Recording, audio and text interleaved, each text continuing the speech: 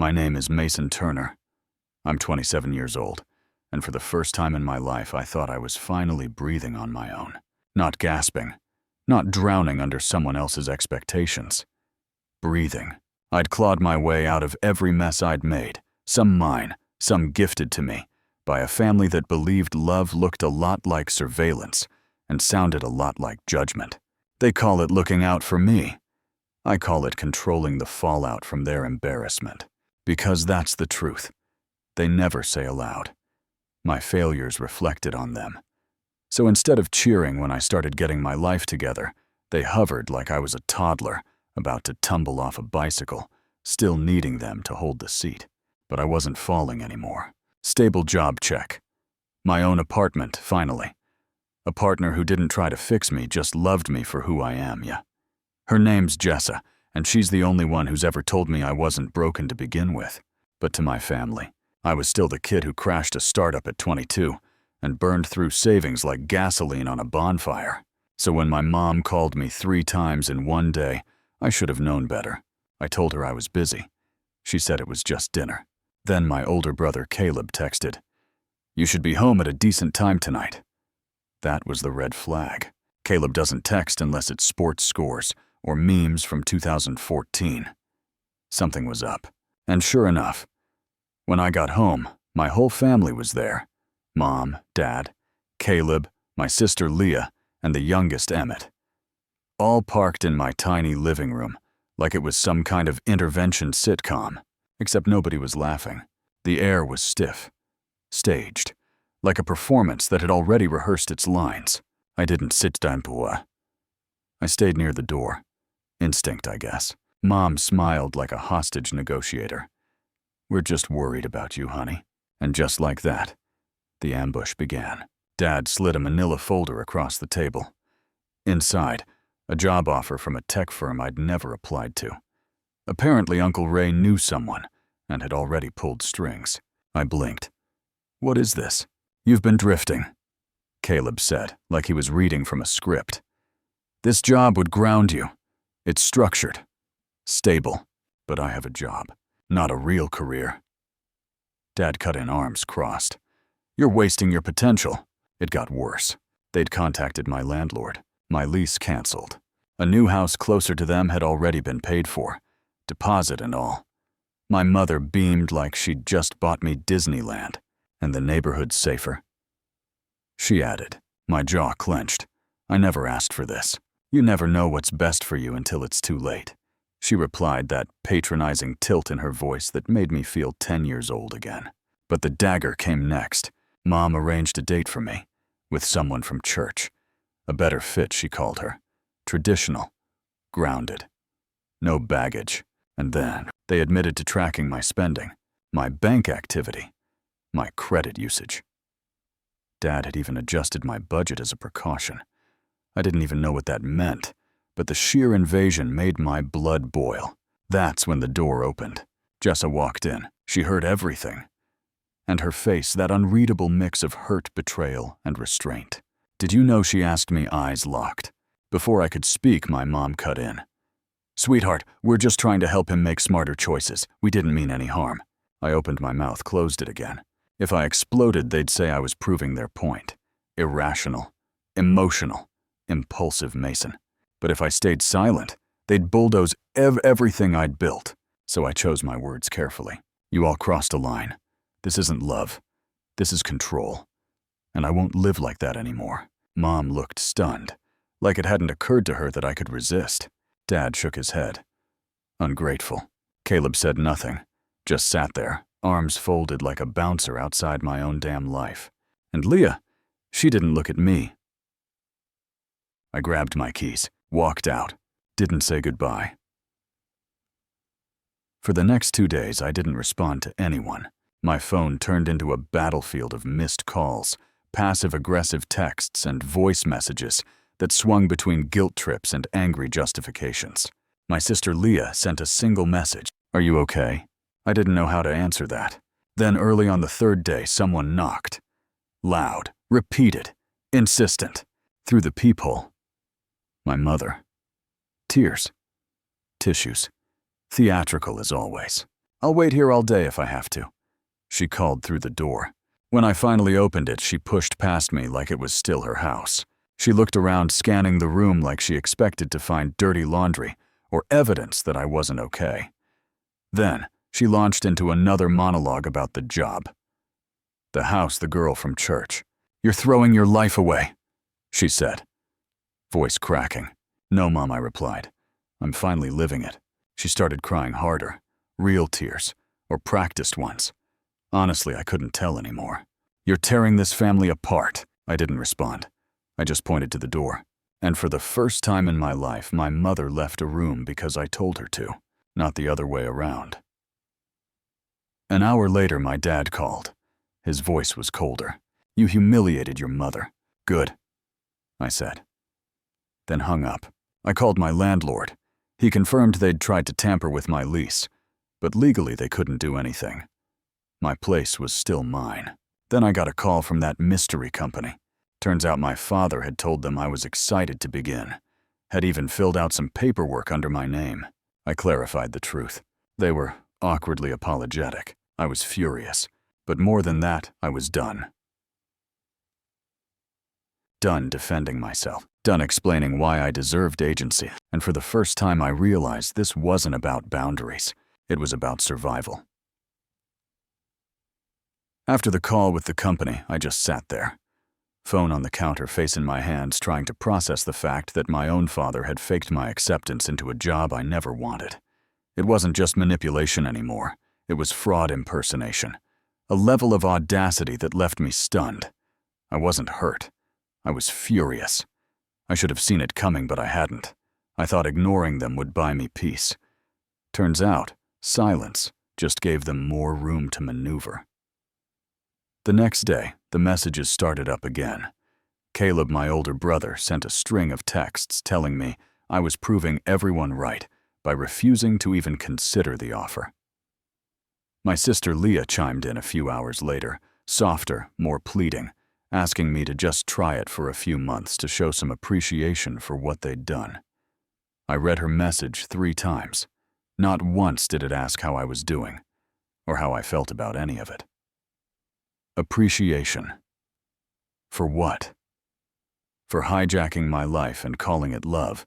The only one who didn't try to push me was Jessa, but I could tell she was holding something back. Her silence wasn't quiet. It was heavy. That night, as we sat on my couch, she finally spoke. Her voice was calm but tired. She told me my mother had reached out to her, called her directly, and tried to convince her to break things off with me. Jessa didn't get angry often, but this had shaken her. She said it felt like my family saw her as a distraction, a mistake, something that needed to be fixed or replaced. She wasn't wrong. I apologized. Not because it was my fault, but because I hated what it was doing to her, and what it might eventually do to us.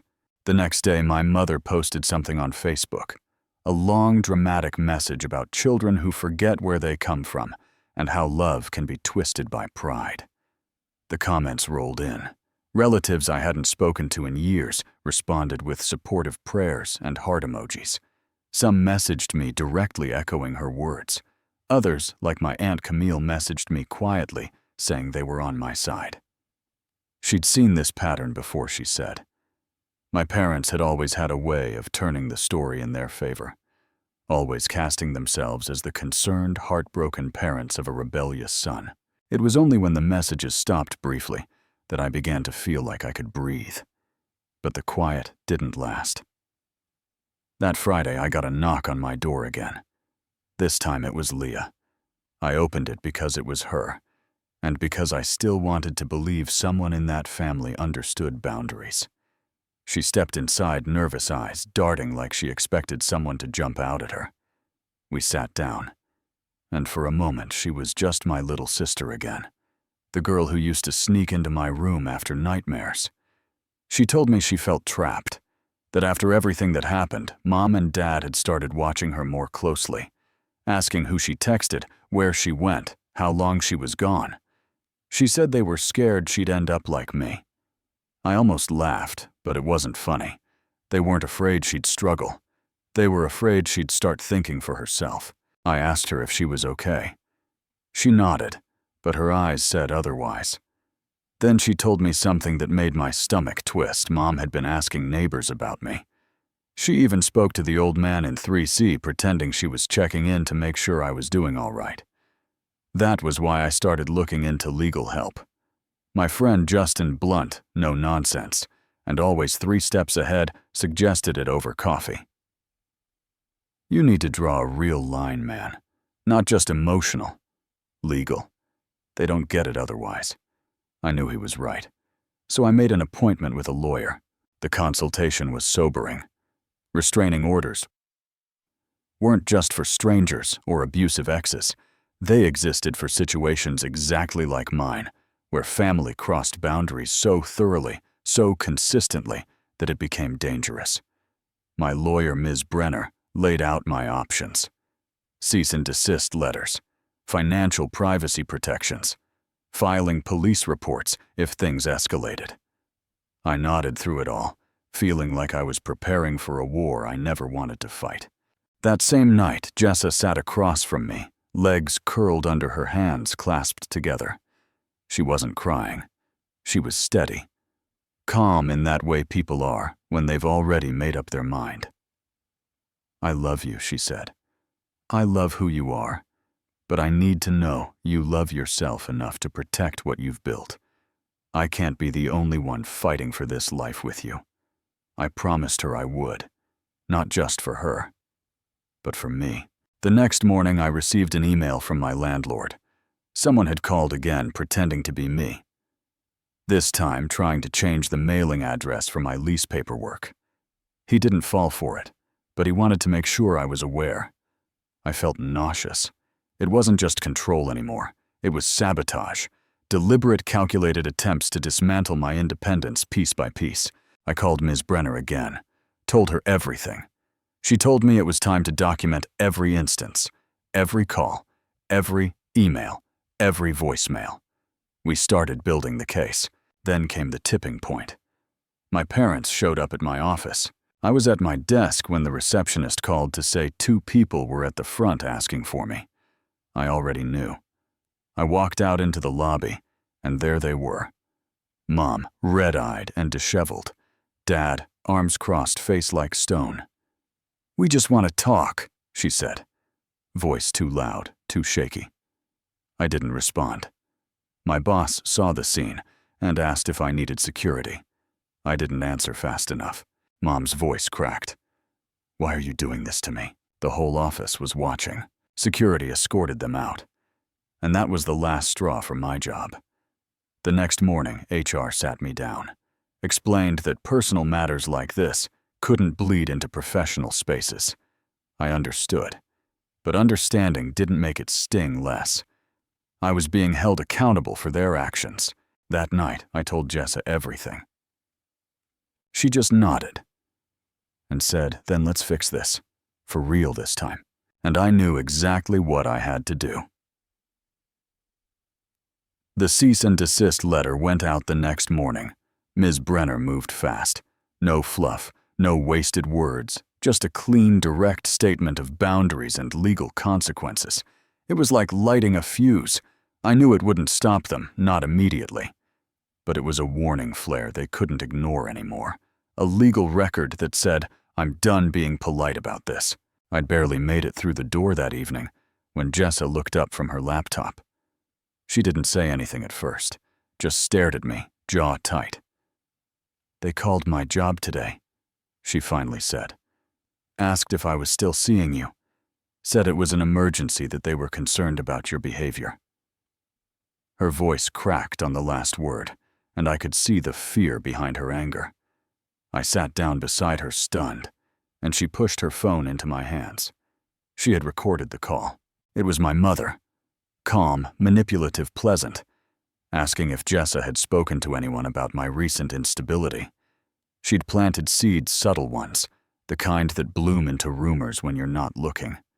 I wanted to scream, but all I could do was sit there and listen as my life was dismantled through a voice that pretended it was worried about me. I called Ms. Brenner again. "They're not just targeting me," I told her. "They're going after Jessa now." Her tone changed instantly. This wasn't just a boundary violation anymore. It was harassment. She told me to start gathering everything: screenshots, voicemails, call logs. She wanted timestamps, witness names. We were building a timeline, one step at a time, that would eventually be used in court if it came to that. And deep down, I knew it would. But it wasn't just about protecting myself anymore. It was about protecting Jessa and Leah. Leah texted me the next day. Short message, no punctuation. Just 3 words. They took it. I called her immediately. She sounded scared, breathless. Our parents had taken her phone while she was in the shower, went through her messages, saw everything we'd said, every plan, every late-night reassurance, every tiny rebellion she'd dared to whisper to me through texts. Now, they were watching her like a hawk. She said they accused her of conspiring against the family, of trying to destroy us from the inside. And when she denied it, my father had told her she was just like me, ungrateful, selfish, lost. I told her to hold tight, that I'd fix this. But the truth was, I didn't know how. She was still a few months shy of turning 18. Legally, she couldn't leave without their permission, and they were making sure she wouldn't get anywhere near that chance. Then something happened that sent everything spiraling. I tried logging into my bank account one morning and was locked out. At first, I figured I'd forgotten my password, but after a few failed attempts, I received a warning alert. Suspicious activity detected. Recent login attempt from unrecognized device. I called the bank. They told me someone had tried to access the account using security answers from my old records. Security answers only my parents would know. Birthplace, childhood pet, first school.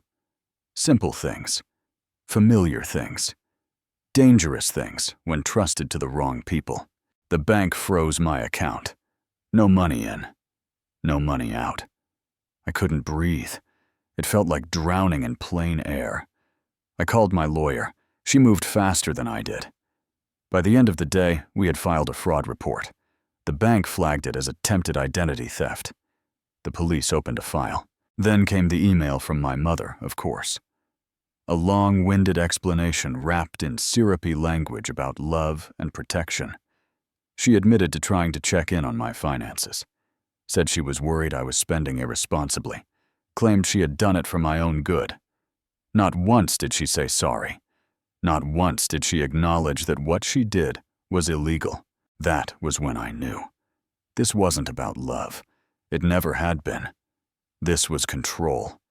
A system they'd built around me, polished with guilt and decorated with concern.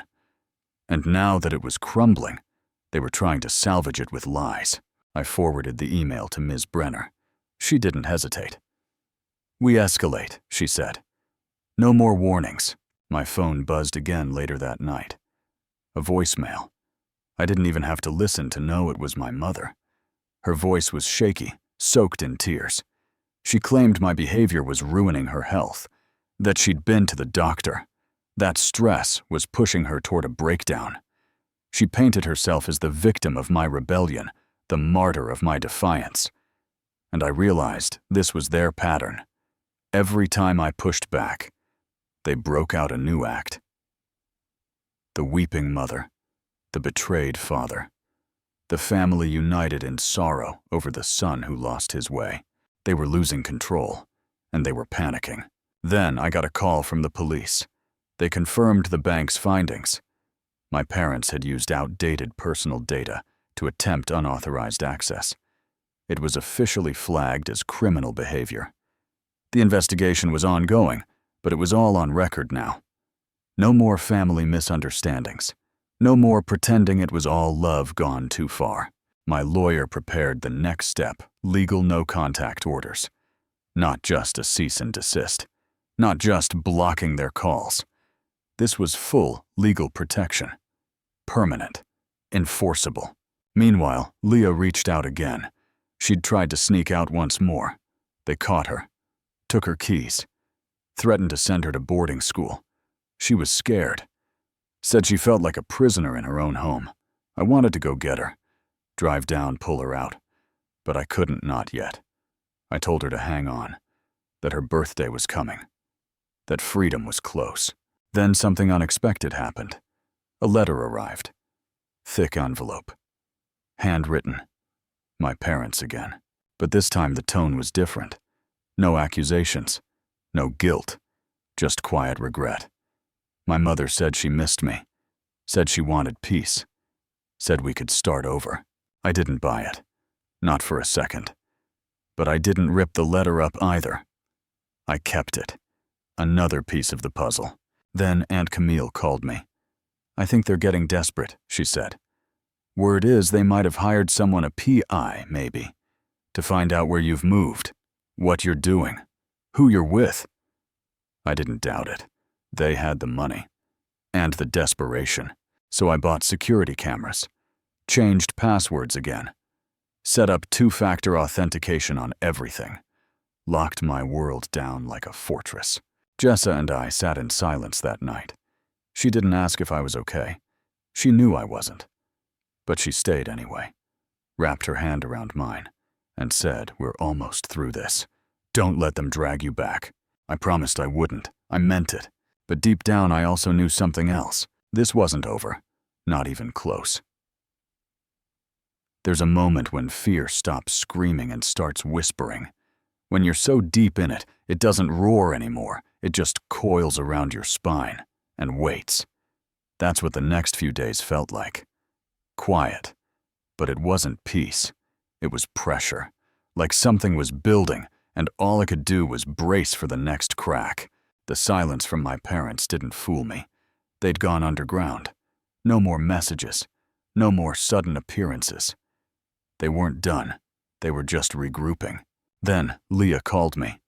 It was past midnight, her voice shaking so hard it didn't even sound like her. They tried to take me out of school, she whispered. Said they're sending me away, somewhere far. Her breath hitched. They think I'm broken too. I sat up in bed, cold all over. Where are you now? I asked. Still at home. She hesitated. In the bathroom. Door locked. They don't know I'm on the phone. I told her to stay put. Not to argue, not to run. Just breathe. She was 17. 2 months away from being able to legally leave without their interference. But they knew that too. That's why they were pushing now. Trying to isolate her, silence her, before she slipped away like I did. I got off the phone and called Aunt Camille. Told her everything. She didn't hesitate. I'll drive up tomorrow. I'll get her if I have to. She wasn't bluffing. Camille had been the only adult in our family who hadn't been afraid to say out loud that our parents were wrong. That what they were doing wasn't love. It was possession. The next morning, a different call came. This one from my employer's legal department. They'd received an anonymous email alleging that I had lied on my job application, that I was unstable, that I had harassed family members. The email was unsigned. But I didn't need a name. The fingerprints were all over it. The style, the language, the desperation disguised as concern. I sat through a meeting with HR, calmly handed over the cease and desist letter, the police report, and my lawyer's direct contact. It wasn't the first time they'd tried to ruin something for me. But it was the first time they tried to dismantle my livelihood from the inside. The company dropped it after that. But the damage was there in the air. People whispered more, looked at me longer. I knew how this worked. That's what my parents counted on. If they couldn't control me, they'd poison everything around me until I had nowhere left to stand. But I was done playing defense. That night, I stayed up with Jessa going through every single record we had, every call log email, voicemail screenshot. It was time to move beyond warnings. My lawyer agreed. We filed for a temporary restraining order the next day. The court date was set for the following week. Meanwhile, Leah was slipping. Her texts got shorter, less hopeful. Aunt Camille said she'd tried to call, but Leah wasn't allowed to have her phone unsupervised anymore. They'd cut off her access to everything school club's internet friends. She was being erased piece by piece. Then Camille called me in a panic. They found out I was helping, she said. Told me to stay away. Threatened to call CPS on me. I was stunned. They're trying to flip it. She added, voice low. Make it look like I'm the manipulator. My parents had gone nuclear. Then came the hospital lie. A message popped up from a distant cousin I hadn't spoken to in years. Your mom's in the ICU, it read. Heart failure. You should come. For a moment, the air left the room. I stared at the message, confused, angry, afraid. Then I checked. Called another relative who lived near them. ICU, he repeated. No, she's fine. Saw her at the grocery store this morning. Another lie. Another trap. They were playing their last cards. Guilt. Sympathy, manipulation, all in one desperate hand. But it wasn't working anymore. It just made things clearer. This wasn't love. It was war. The next 48 hours were a blur. The TRO went through. Temporary protection granted. My parents were legally barred from contacting me, approaching me, or interfering in my affairs. My lawyer delivered the order. Official. Enforceable. But fragile. Temporary. We needed more. Meanwhile, Leah reached out again, this time from a borrowed phone. Her message was short. They took my passport. Think I'll run. I'm scared. That was it. I got in the car and drove 5 hours through the night to my hometown. Parked around the corner from the house I swore I'd never go back to. I didn't knock. I didn't shout. I called Camille and waited. She met me nearby with Leah. She looked smaller than I remembered. Paler. But her eyes were burning with something fierce. Fear, yes. But also fire. She didn't cry. She didn't talk much. Just hugged me. Then got in the car. It was done. We left that night. My parents didn't call the cops. Didn't report her missing. Didn't try to stop her. They knew. Deep down, they knew they'd lost. Back home, Leah settled in with Camille. Started therapy. Got her GED papers together. She didn't say much the first few days, but every morning she smiled a little more, breathed a little easier. I'd never seen her like that before. Untethered. Meanwhile, my parents pivoted again. This time, they played the long game. Quiet pity posts on Facebook, cryptic quotes about losing children to lies. Friends and old neighbors chimed in. Some reached out to me. Why are you doing this to them unasked? They love you. I didn't respond. I didn't have to, because the court date arrived.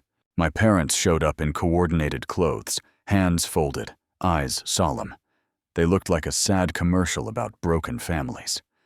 My mother cried before she even sat down. My father looked hollowed out, like a man watching his legacy slip through his fingers. Their argument was simple. They were misunderstood. Concerned. They didn't mean harm. They just wanted to help.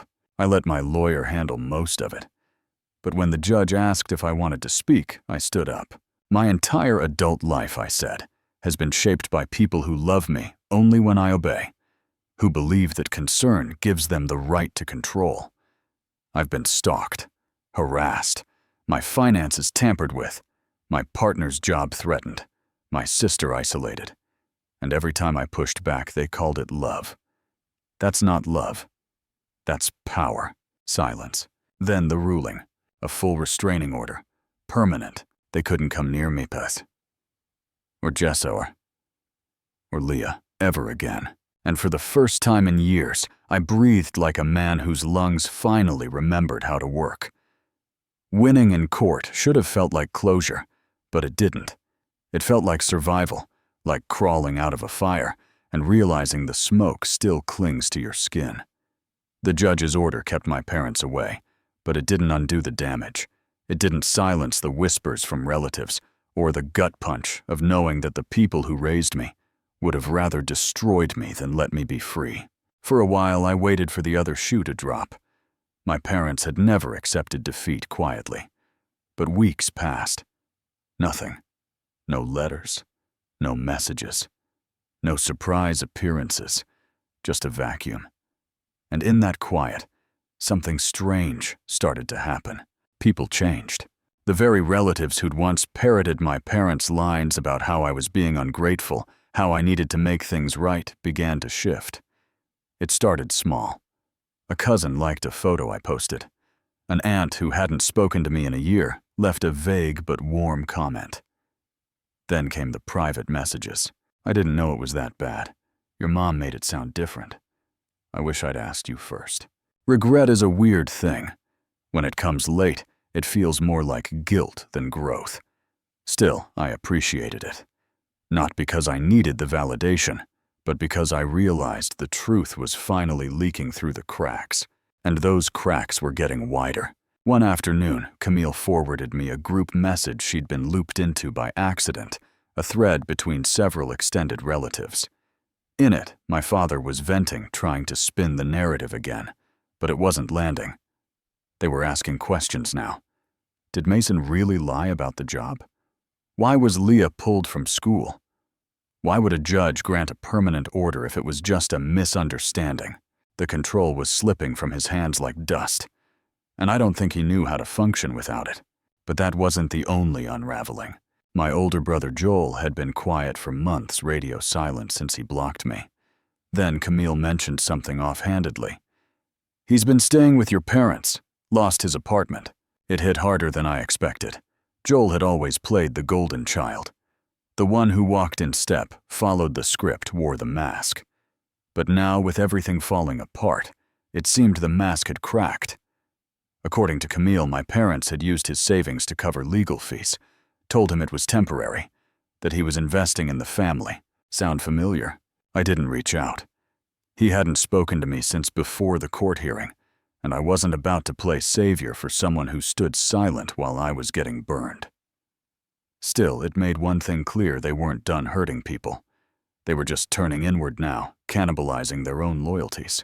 Leah, meanwhile, was starting to glow. That's the only way I can describe it. Like something inside her had finally been given sunlight.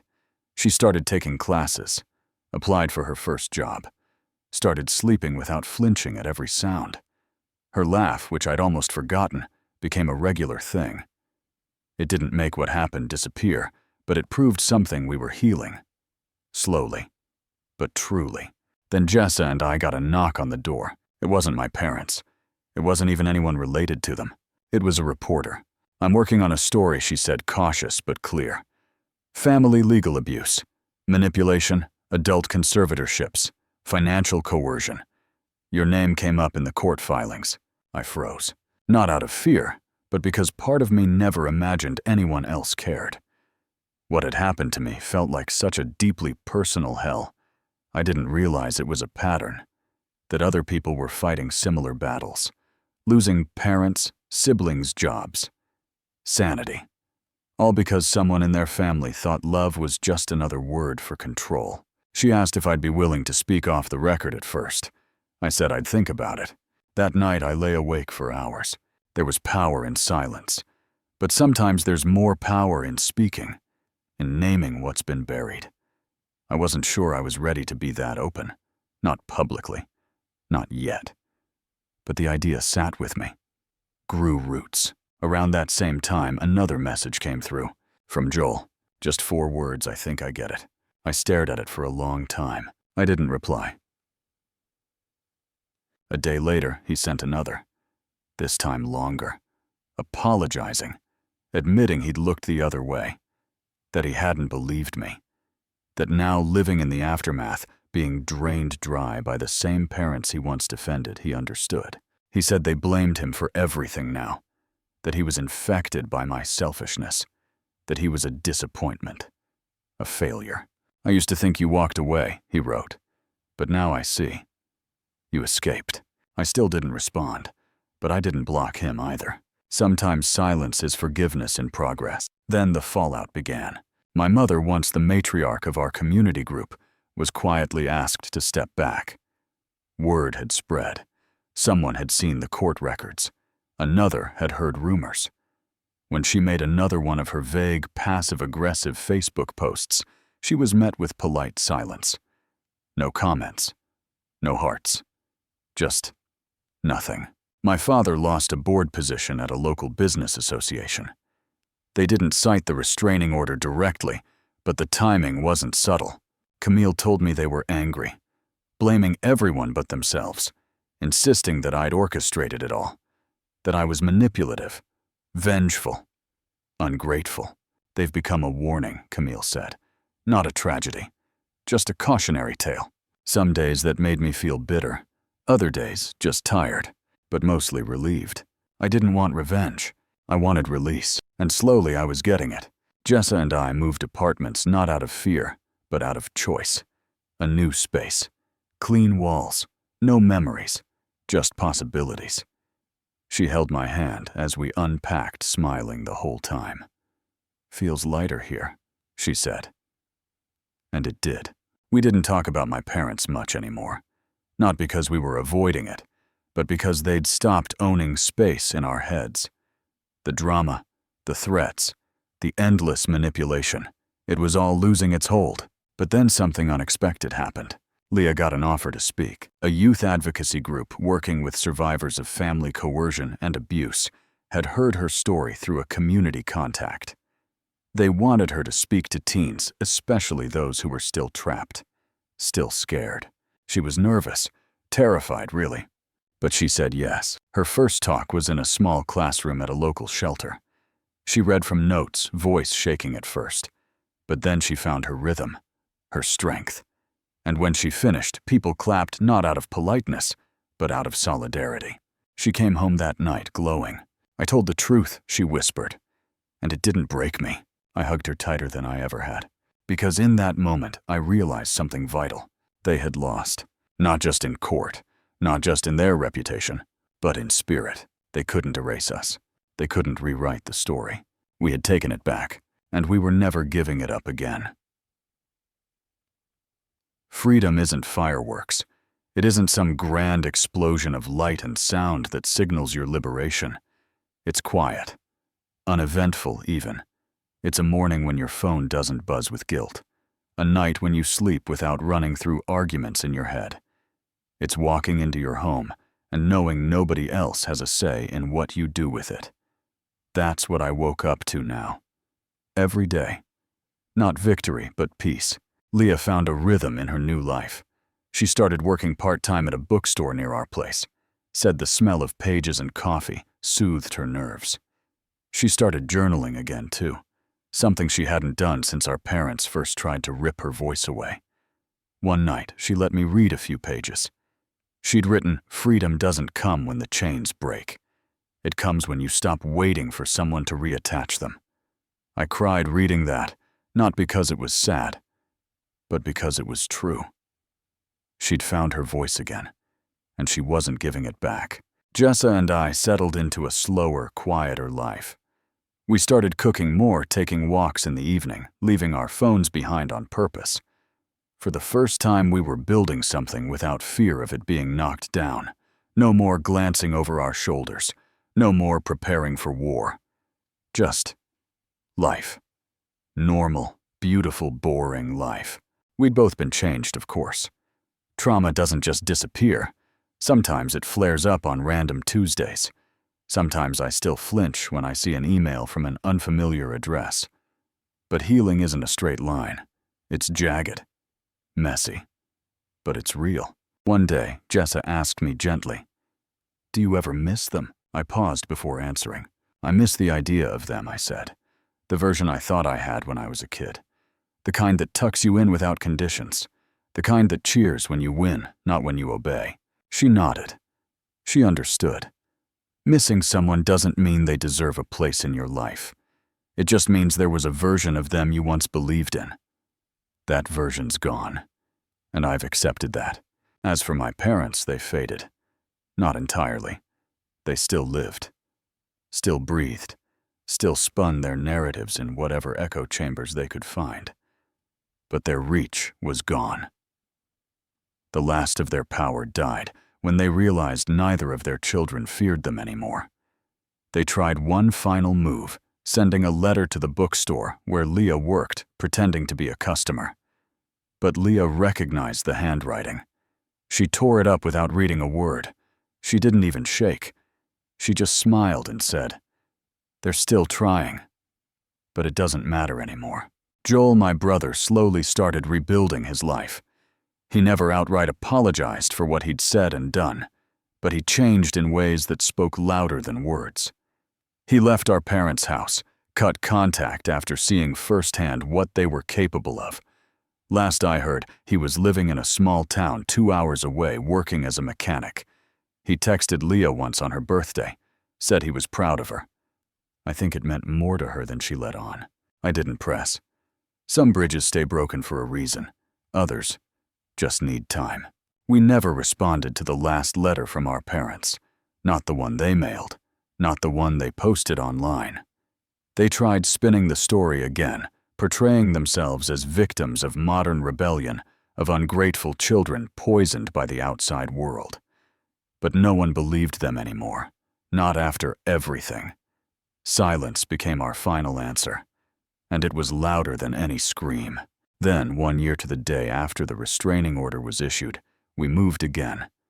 Not because we had to, but because we could. It was symbolic more than anything. A clean space, a new street, a front door no one else had ever knocked on. We painted the walls white, bought new furniture, second-hand, and made a pact no talking about the past after dinner. Not to forget it, but to stop letting it take up our evenings. Leah got accepted to a university, full scholarship. She cried when she read the acceptance email, said it felt like her life was finally hers. And it was. It is. She still volunteers with the advocacy group, still gives speeches now and then. But she always comes back home to a space where she's seen as Leah, not a survivor, not a symbol. Just her. Jessa and I took a trip that fall. Just the two of us. Drove along the coast with no destination. We laughed a lot, slept in small motels, ate greasy food, and watched the sunrise from the back of my car. Somewhere around the third day, she looked at me and said, "You're lighter now. Did you know that?" I smiled. "Yeah," I said, "I think I do, because that's what healing really is. It's not forgetting what happened. It's not pretending you're fine when you're not. It's standing in your own skin and saying, 'This is mine.' No one gets to carve it up anymore. My parents tried to make me small, tried to shape my life like clay in their hands. But I'm not clay. I never was. I'm stone. Weathered, maybe, but solid. I never thought I'd say this, but I'm grateful.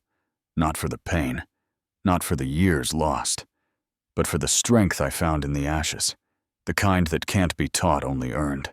If you're reading this, and you're still in the thick of it, still wrapped in the web of someone else's control, listen to me. You are not selfish for choosing yourself. You are not ungrateful for setting boundaries. And you are not alone. I thought I was for a long time, but I'm not. And neither are you. You deserve peace. Real peace. The kind that doesn't ask you to apologize for it. The kind that doesn't come with strings. I found mine. And I hope sincerely you find yours too. Story 2. Andrea is my name. I am 35 years old and live alone in a modest home in the Colorado Springs suburbs. I am the manager of an interior design company, a hectic yet reliable career that enables me to have a calm and self-sufficient existence. Although I don't trust people readily, I've always made an effort to maintain the small bond that I still have with my family. My 29-year-old younger sister Melissa contacted me in the middle of the night a few months ago. She sounded weak and shaky, like if she had just stopped sobbing. She said that she was stricken with the West Nile virus shortly after being laid off when her employer abruptly shut down. My heart fell. I couldn't ignore what she was going through, even if we were never that close. Our parents were no longer able to care for her because they had retired and relocated to Florida years prior. If she had any pals, they were either far away or had their own problems. I made the decision to let Melissa live with me, at least until she healed, and determined what to do next after speaking with our parents on the phone a few times. She seemed so weak when she got there that I nearly didn't recognize her. She walked as though the smallest wind may topple her, her eyes dark, her skin lifeless. I cleared the extra bedroom and rearranged the living area so she could sleep. I drove her to her checkups, picked up her medicine, and prepared meals for her every day.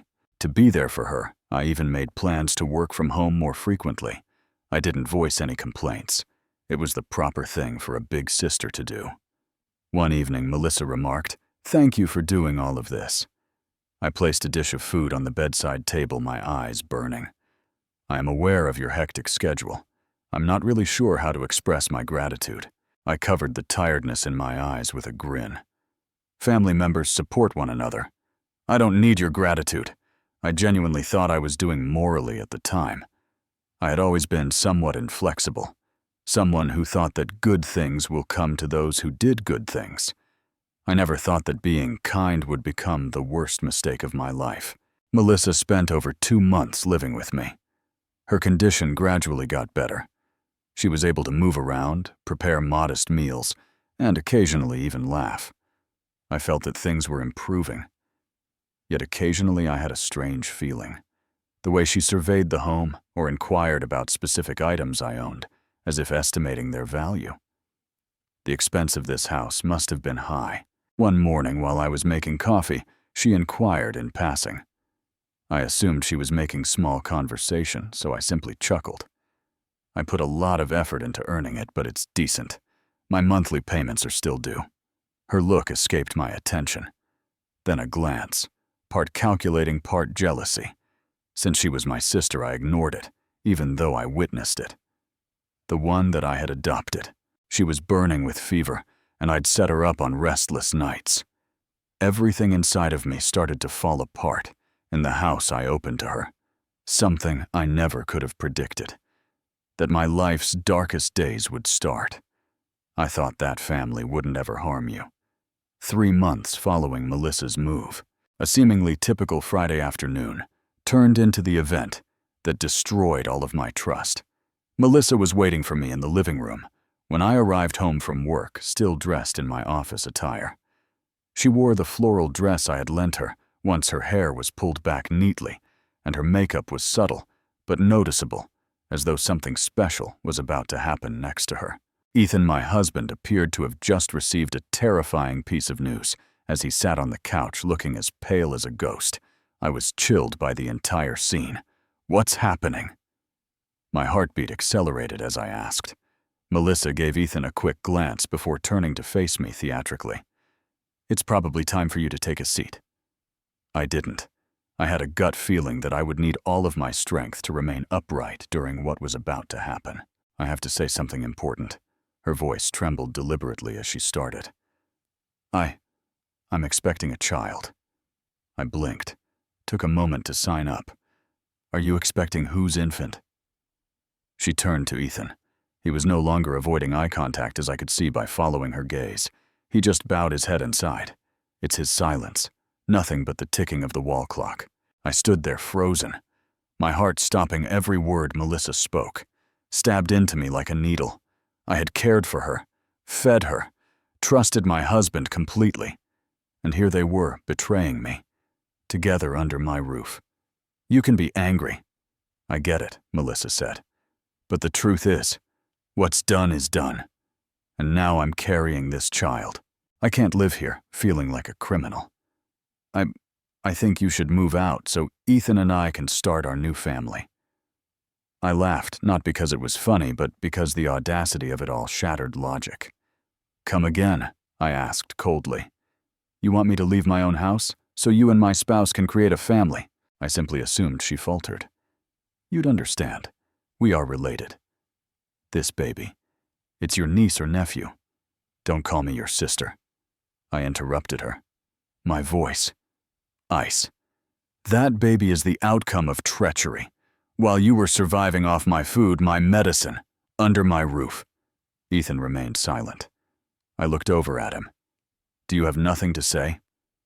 "I had no idea Melissa would say this to you. You knew then," I pushed. "Only a few times did it occur. I believed we could conceal it." "Secret." I laughed a little dryly. "You believed that this mansion would allow you to live 2 lives, and I would never know." I refrained from crying. When faith had already been reduced to ashes, I was left without tears. I went upstairs and got my bank card's house deed and a tiny bag. After that, I descended again and set them all on the table. "I will not be leaving," I remarked, giving Melissa a direct look. "I am the owner of this house. I paid for every chair and every block. Anyone who feels uneasy is welcome to leave." Melissa gave me a look that suggested she was incredulous at what she was hearing. "However, I am expecting a child. Don't hide your selfishness behind that baby," I said. "You ought to have the courage to locate a home of your own if you had the audacity to sleep with my husband." Ethan remained quiet, staring at the floor in defeat. I didn't have to damage stuff or yell. No shout could have overpowered my quiet. I could never forgive them. I realized then that a door had permanently closed, and the person who used to call me sister was the saddest part. The one who closed it. Melissa's face was pale as she stood still. Ethan sat as if he were waiting for a decision. Even though my heart was racing, I kept myself still by crossing my arms. However, my voice remained steady. It was accurate and crisp. I indicated I was going to file for divorce on Monday. All eyes are on Ethan. "Tonight you can pack your belongings. Melissa too." I looked over at her. "This place is no longer yours. You're not capable of this." Melissa stumbled. "There's nowhere else for me to go. I'm expecting a child. Will you actually throw me out onto the street?" I gave a chilly laugh. "That's amusing.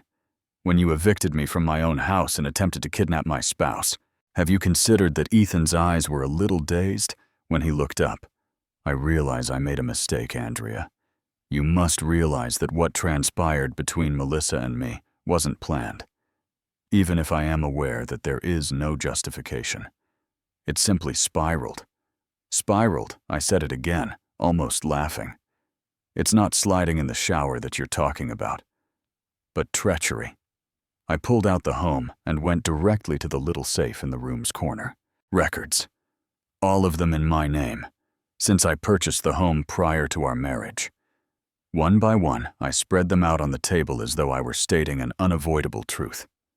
"Melissa," slowly I said, "didn't you believe that Ethan and I shared this house?" She gave a nod. Fear and bewilderment entered her gaze. "That's a shame.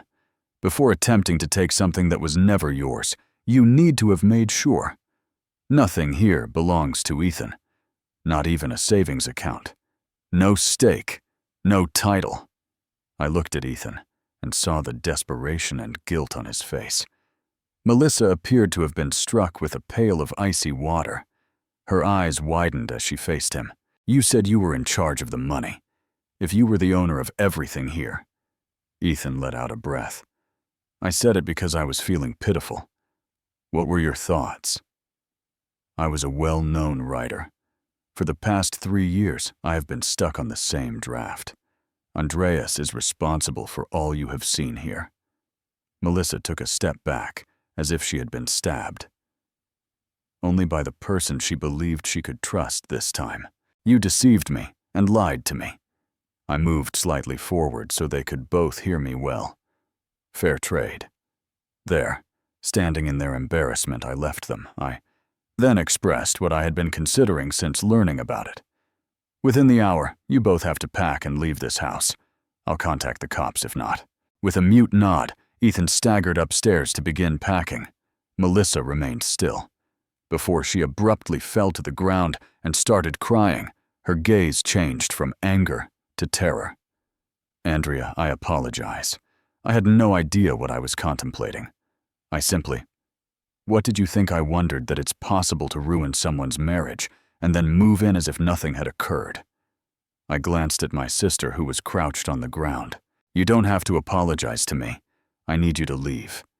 I refused to let myself get softer and turned away. There was a time when sisterhood went too far, unsalvageable. They vanished after 1 hour. Ethan remained silent. Melissa continued to weep, but quietly this time. Most likely because she was aware that every single card she was holding had been exposed. I closed the door after them. There was an odd silence in the home for the first time in weeks. I leaned against the door and stood there for a while, silently breathing. I was no longer married. I hadn't lost myself, but I had lost my family. I'm not sure how long I remained there after the driveway's final tire noise subsided. It was pitch dark. There was a strange silence in the home. Melissa can't drag her feet down the corridor any longer. Ethan can stop clacking his keyboard while feigning to focus on his manuscript. Only me. A home as cold as stone and a dry emptiness. I refrained from crying. I had even lost my anger. Every single cell in my body seemed to have burnt out. I opened each window to let in the night air and turned on the lights in each room. The home had gone through a fire, and the air seemed heavy. No fire, only debris. I got to work cleaning anything that had to do with Melissa. Her medicine pillows, suitcases, and the clothing she had crammed into the closet. I collected at everything. No second thoughts, no sorting. I didn't fold it all. As if to erase her from my existence, I crammed everything into her suitcase. I got Ethan a bath towel on our 2nd anniversary, but he never read it. And he has unfinished writings and philosophical books. I stuffed a bag with them and pushed it toward the front door. The doorbell rang as I was pulling the final suitcase into the entryway. I recognized the person. Melissa was standing there. Red eyes and tear-streaked cheeks. I once let her borrow a sweatshirt which she wore. She appeared to be attempting to gain compassion as her arms were wrapped about her midsection. Please let me remain for one night, Andrea.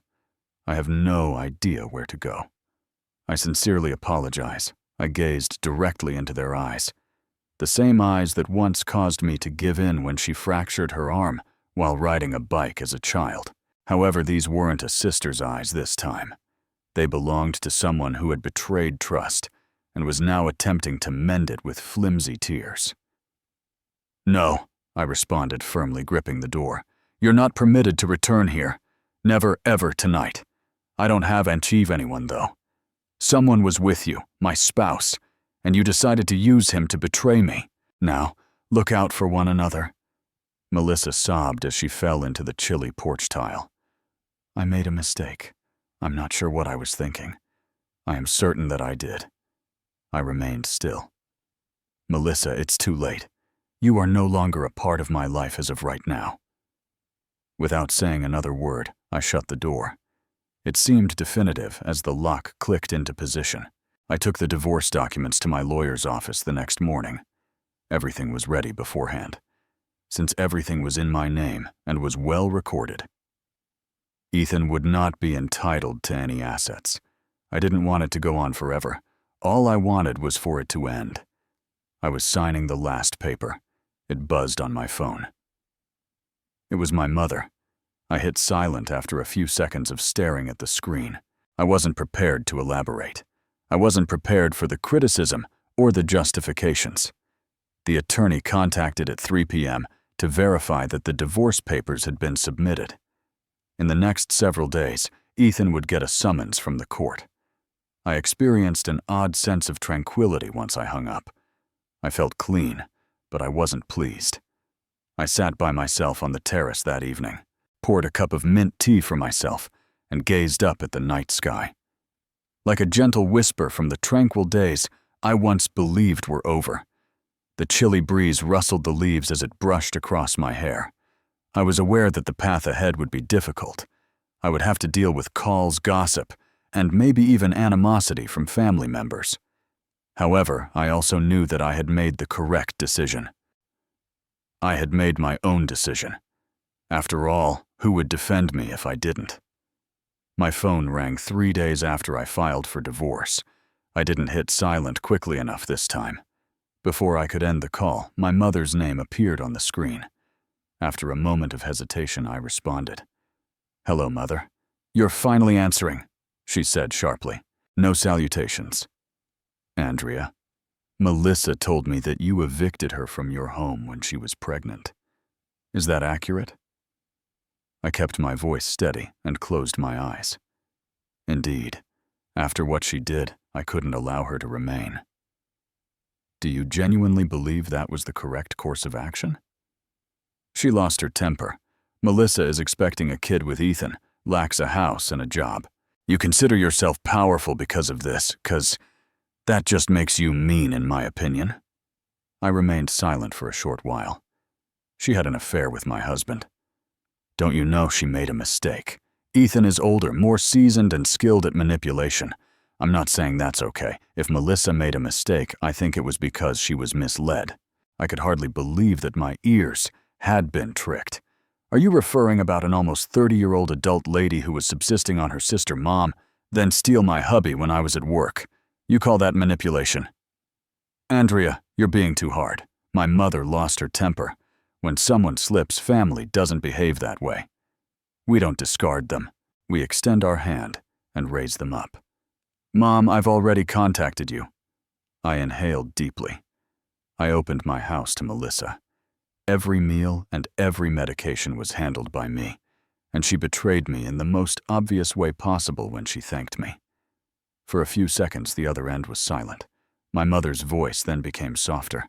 You still have her as your sister. And that infant. Blood is involved. Family is involved. You can't be so callous. I briefly closed my eyes. I was taken back to my early years, when I was always supposed to be the stronger one, and to give in to my younger sister, even though it was never fair. The same script was now playing once more. However, the cost this time wasn't a piece of cake or a toy. It was my dignity and my whole marriage. I apologized, Mom, in an oddly composed voice. However, I'm not going to back down this time.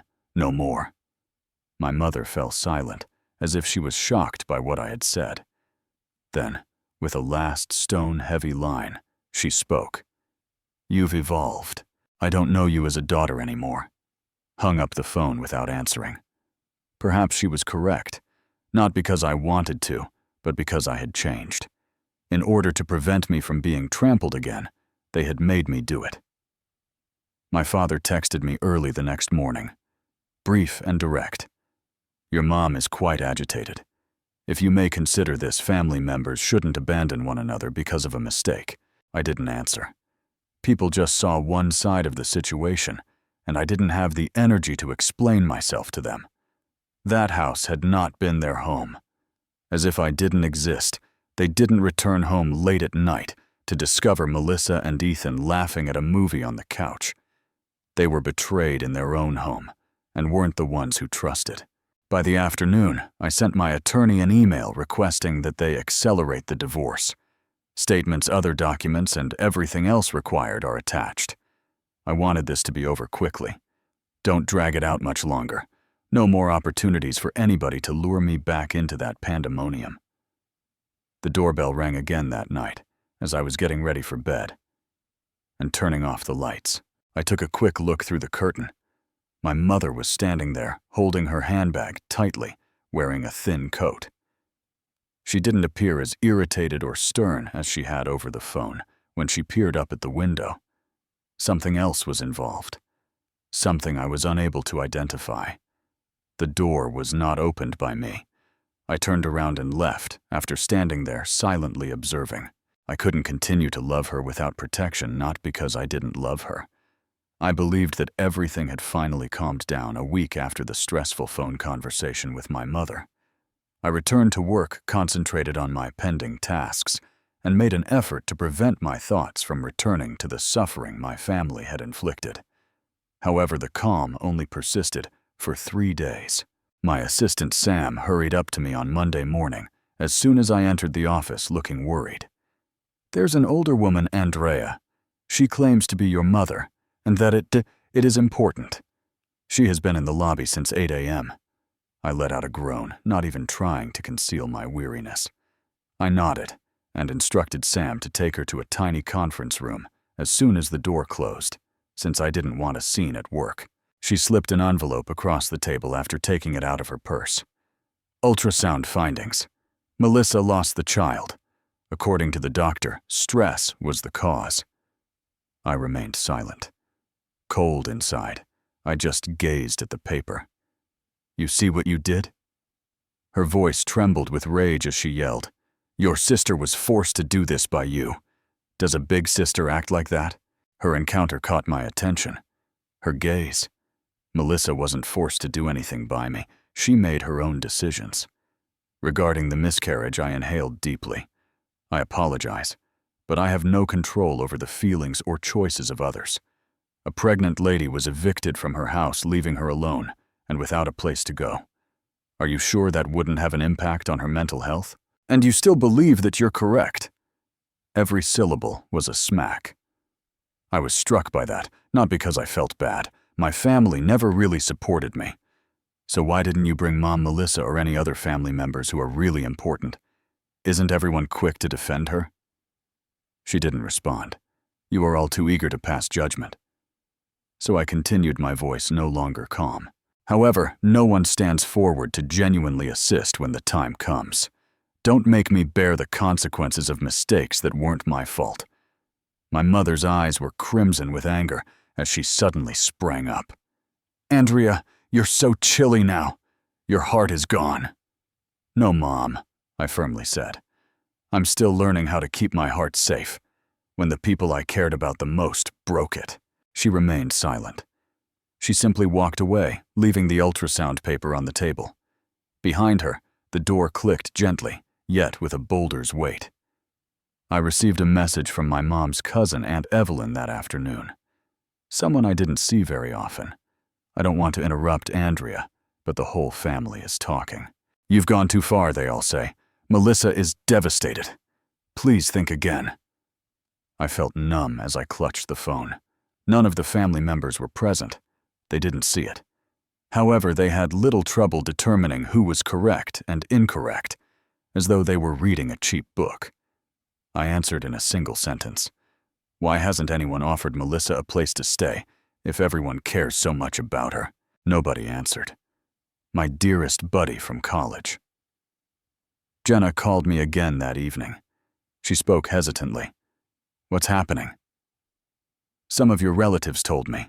They claimed that Melissa was pregnant when you evicted her. I now interrupted her.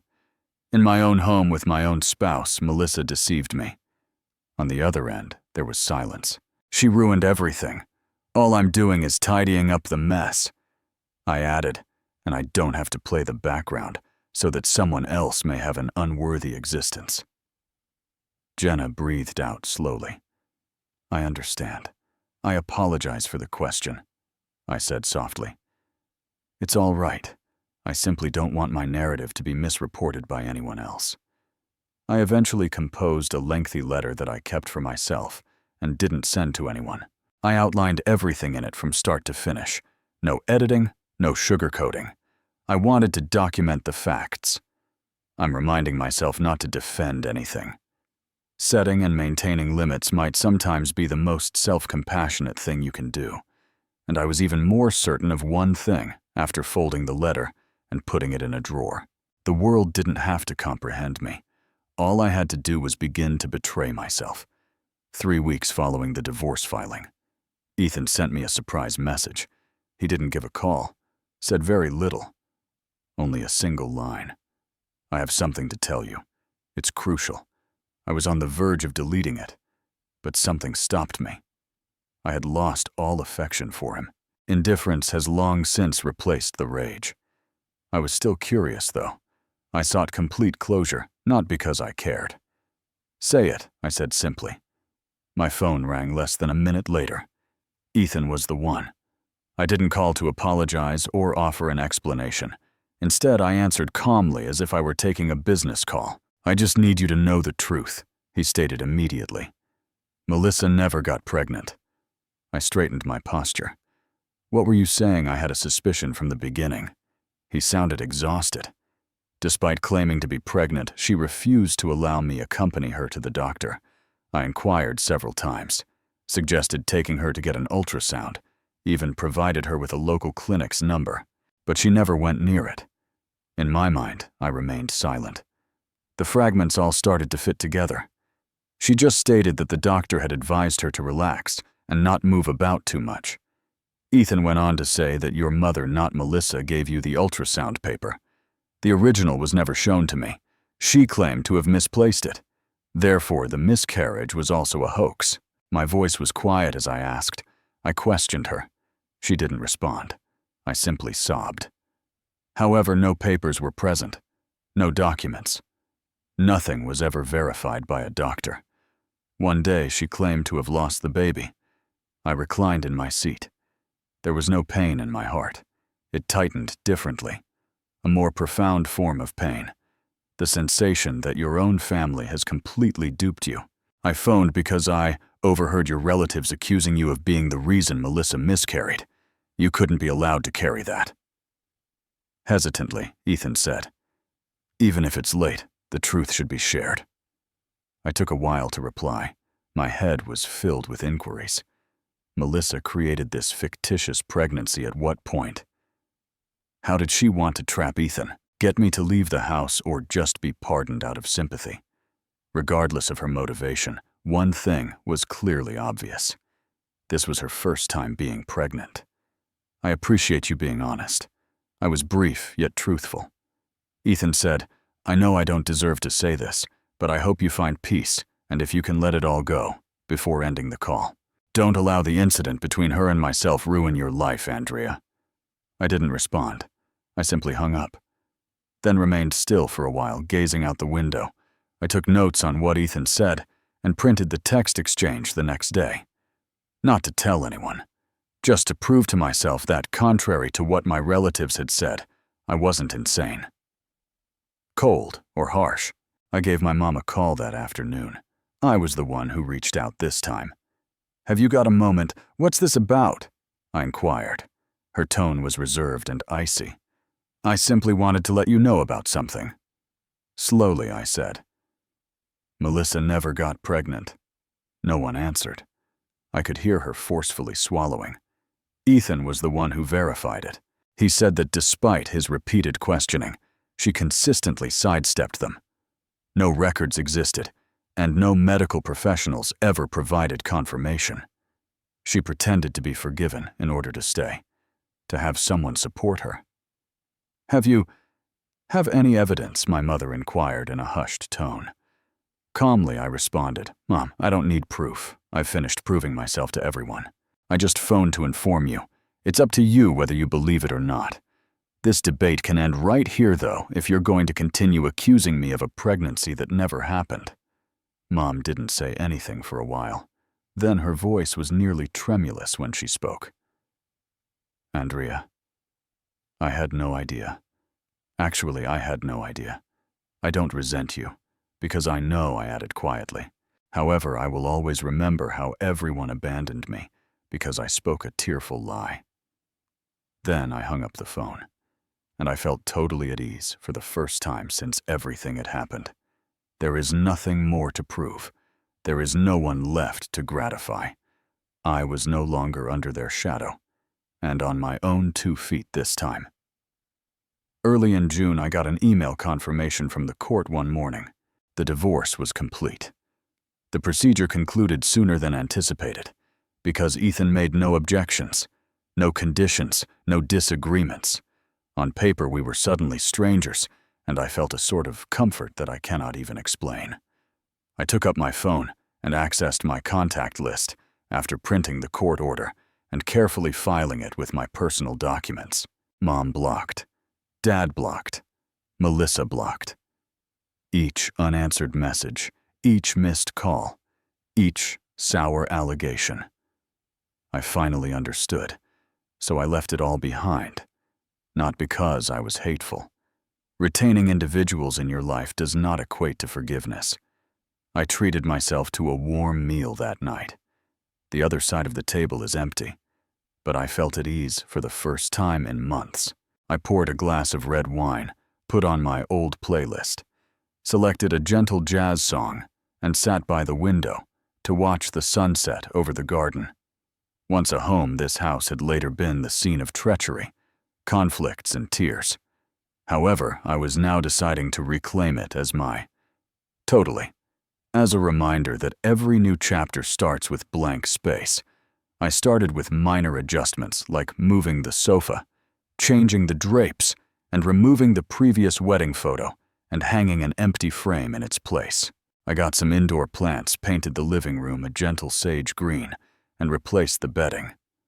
Life gradually regained its rhythm, as if each breath I took contributed to my recovery. I prepared coffee every morning for myself, not for two. I read a few pages of a book every night without being distracted by noisy TV shows in the living room. For the first time in a very long time, I was beginning to listen to myself. At a book fair, I once ran across Rachel, an old college buddy. We gave each other close embraces. She gave me a warm and concerned gaze. "Are you all right?" Rachel touched my shoulder and asked. I grinned. "I'm getting better." Slowly but steadily. She gave a nod. "I had faith that you would overcome it. You underestimate your own strength." We spent hours conversing while seated at a local cafe. We avoided thinking about the past. We talked about our future goals, ambitions, and even vacation aspirations that I had hidden away in a drawer because I was too busy caring for unworthy people. When I arrived home that evening, I opened my laptop and looked through previous emails to see a canceled ticket to Charleston, a seaside city I had always wanted to see. 2 years prior, I had canceled the vacation, only because, to Ethan's dislike of the sun. I had no one left to stop me now. The ticket was rescheduled for 1. The flight was planned on Friday of next week. I felt as though I had just broken free from an unseen chain that had kept me back for years as I looked at the confirmation on my computer. I'm still recovering, I realize that. It takes more than 1 summer to heal emotional scars. However, I'm also certain about this. I've broken free from the blind sacrificial cycle. I refuse to ever again be forced to play the ideal sister by anyone, not even my relatives. Where Melissa is what she's doing, or the version of her narrative she's saying, to get my sympathies don't matter to me anymore. I no longer make an effort to justify myself to my parents. They are allowed to hold any beliefs they so want. I am entitled to live in my truth, though. In actuality, I picked myself because I deserve a life with limitations, boundaries, and tranquility, not because I was self-centered. I have regained control, but the scars remain. I no longer allow anyone to enter my life without my consent. Andrea, who formerly valued marriage and family, suffered the greatest betrayal of her life at the hands of her own husband and sister. But rather than crumbling, she made the decision to leave established limits and get her serenity back. Now that she has regained herself, Andrea realizes that sometimes the bravest thing a person can do is to quit poisonous relationships, even if they are blood relatives, a more robust, stable version. Who knows if she deserves love? How do you feel about Andrea's choice? Was it necessary for her to defend herself, or was she being overly severe? Remember to follow the channel for more inspiring family tales in the future, and leave your opinions in the comments section below.